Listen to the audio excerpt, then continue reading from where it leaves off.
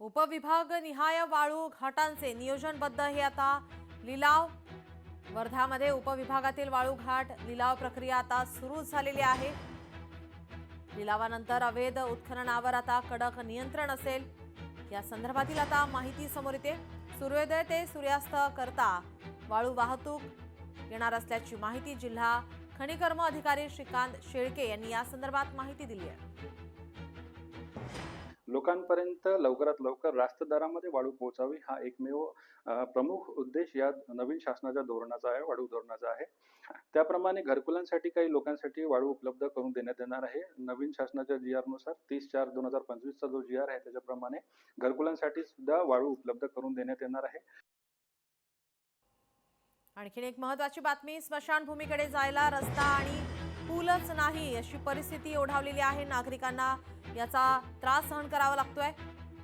रस्ता नसल्याने पाण्यातून या ठिकाणी ही अंत्ययात्रा काढण्यात आलेली आहे।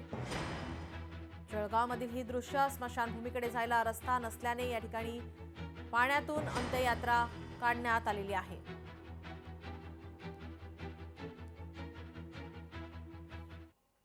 जिवंतपणी त्यांना व्यवस्थित राहायला घर मिळत नाही आणि मेल्यानंतरही त्यांना सुखाने त्यांचा अंत्यसंस्कार होत नाहीये। अशी गंभीर परिस्थिती आमच्या गावात आतापर्यंत घडत आलेली आहे। पूल आमच्या त्या रस्त्यावर तत्काळ रस्ते चांगले करून आणि पूल बांधण्याचं काम तुम्ही लवकरात लवकर करा अशी तुम्हाला आम्ही नम्र विनंती करत आहोत।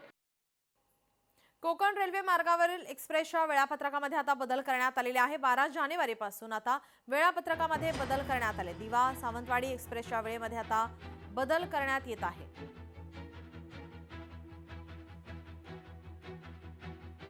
बातमी आहे छत्रपती संभाजीनगरमधून। या ठिकाणी तरुणाची निर्गुण हत्या करण्यात आली। प्रेम प्रकरण आणि आर्थिक व्यवहारातून ही हत्या झाली आहे। हत्येनंतर मृतदेह जटवाडा डोंगर परिसरात फेकण्यात आला। हत्येतील 7 आरोपींना पोलिसांनी ताब्यात घेतलंय। हत्येच्या घटनेचा पोलिसांकडून अधिक तपास सुरू आहे।